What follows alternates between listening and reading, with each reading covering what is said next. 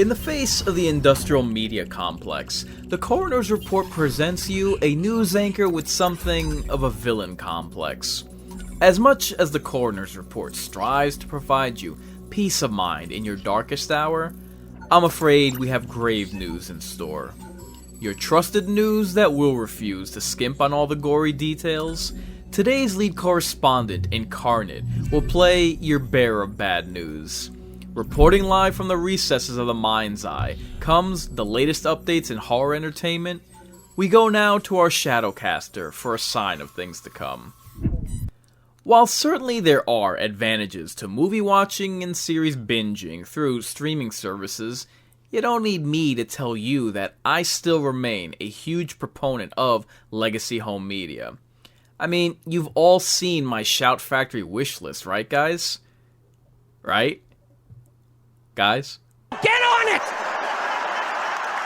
Right? This is why I am so thankful for boutique outlets like Shout Factory.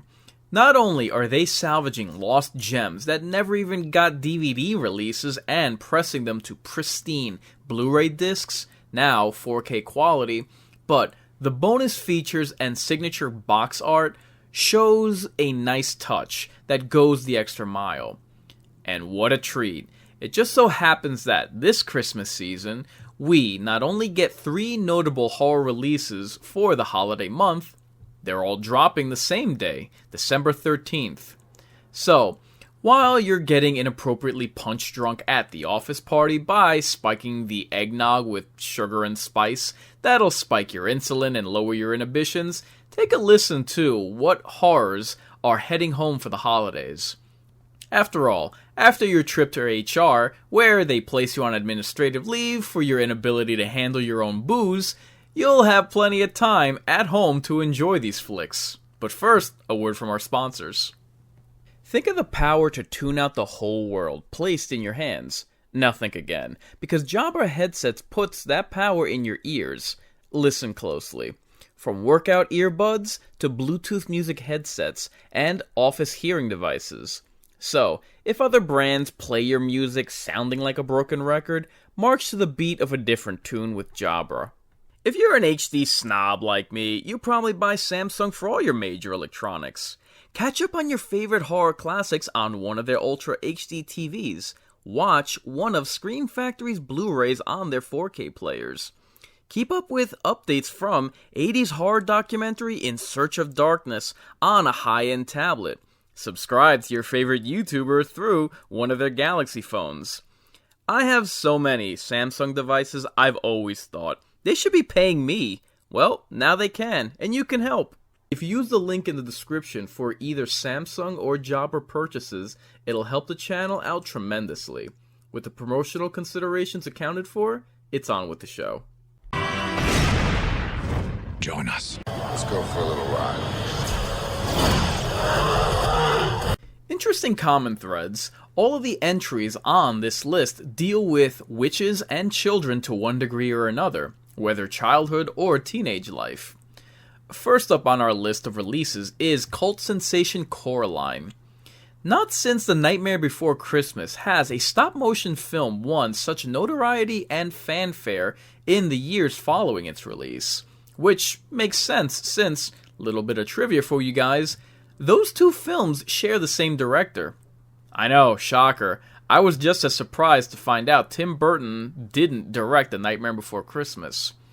So, our leading lady Coraline is having trouble adjusting after a big move from Middle America to the middle of nowhere USA. When you pair that with workaholic parents, she's left with too much time on her hands and a whole lot of nothing to do. What's a girl to do but poke around her new home where she finds what horror movie trope? A. Ghosts in the attic. B. A doorway to a magical land. C. A spoiler to the movie Barbarian. D. Hunter Biden's laptop. If you guessed B, you're correct. If you picked D, they're coming for you.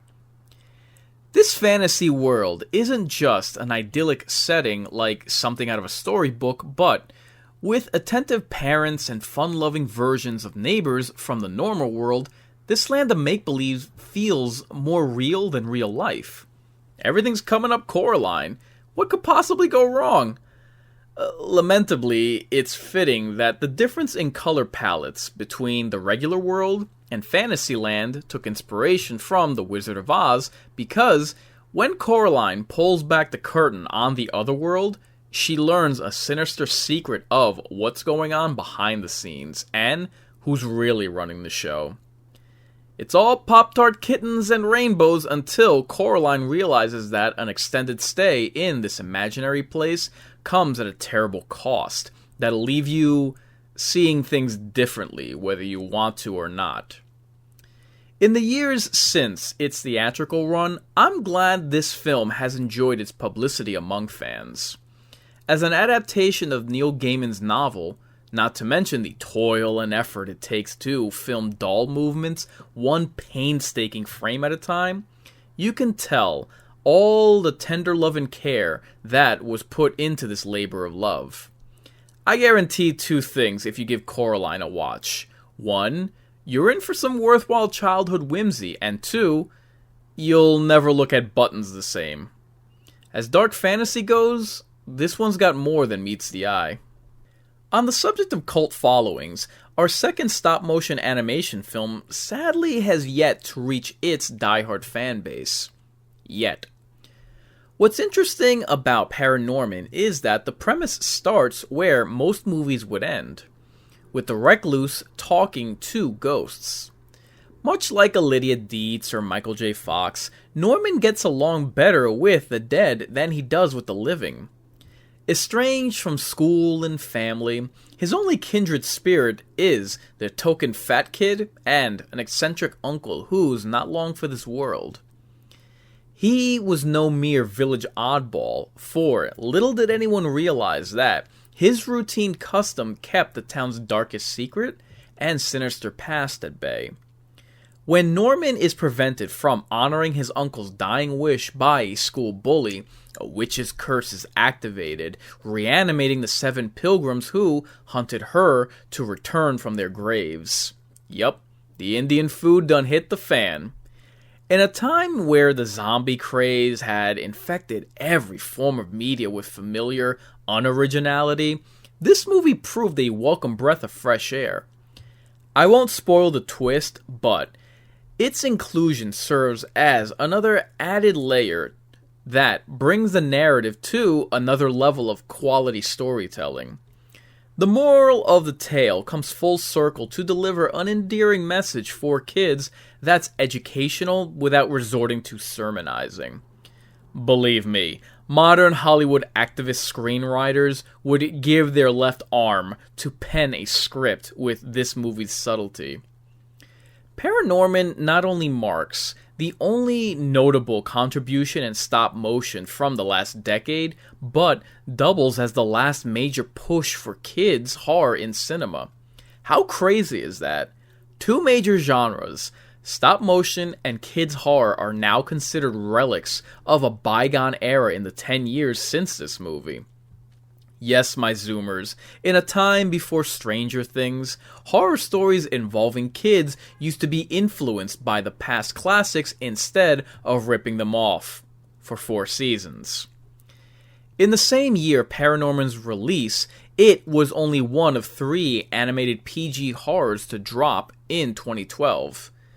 While I ultimately enjoyed, but also understand, why Tim Burton's Frankenweenie didn't soar to genre heights, the fact that the one out of these 3 offerings to actually land commercial success to warrant a franchise, a trilogy, and then a 4th entry was Hotel Transylvania turns my stomach worse than CW levels of horror melodrama.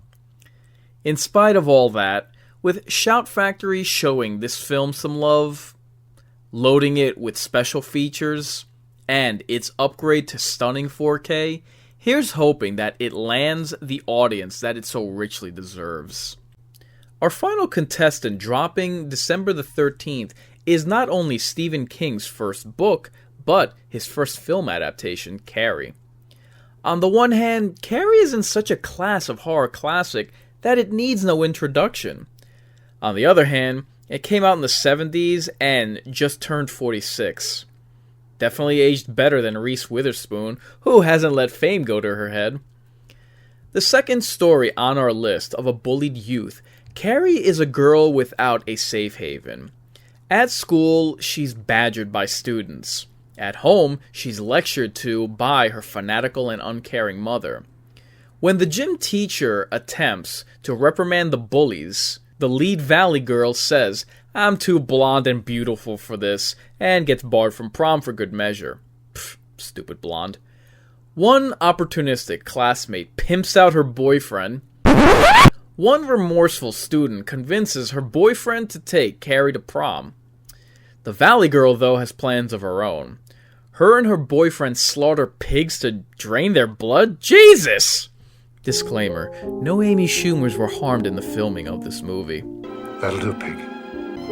That'll do. Stage 2 of their plot was to swap the ballot at the dance, ensuring Carrie would take the stage as prom queen. Now, I know what you're thinking. Rigging an election? Madness, you speak. Poppycock and boulder dash. The mere mention of the words! So, upon Carrie's crowning achievement, she's given a crimson makeover and humiliated in front of the entire school. However, instead of a mental breakdown, she has a psychic breakthrough. She goes full female tantrum on her student body. As far as the Valley girl and boyfriend that plotted her humiliation, Carrie certainly sends them piggies crying all the way home. The story of Carrie is that of a girl that was pushed too far. A child inundated by harassment, who, when fortune worked in her favor by the kindness of strangers and a glimmer of hope shone through the dark clouds, the scales overcorrected, responding with abject degradation. Even her outrage and rampage wreaked upon the school outweighed the shame inflicted upon her. But, you know what they say, hell hath no fury. It's always a point of satisfaction to add a newly enhanced favorite to the movie collection, but to get 3 in one day is a special occasion. Kids horror doesn't always have to be lifeless CGI. Teen horror isn't under the exclusive jurisdiction of slashers. So, it's great that these hallmarks of the genre are now the horror that we bring home for the holidays.